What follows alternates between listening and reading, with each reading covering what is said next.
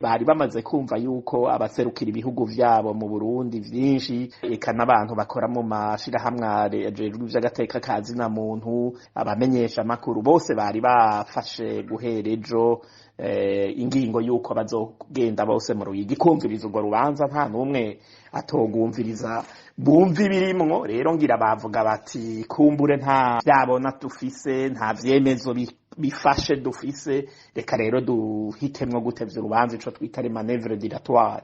Rero ni ibintu bigayitse, ni ibintu bihonyanga amategeko, uravye ukuntu amaze umwaka apfunzwe, ni ibintu canga bihonyanga ingingo nyinshi y'155 mu gace ka kane, ingingo y'156 y'amajana 214 n'amajana 217 y'igitabo ca Code de procédure pénale.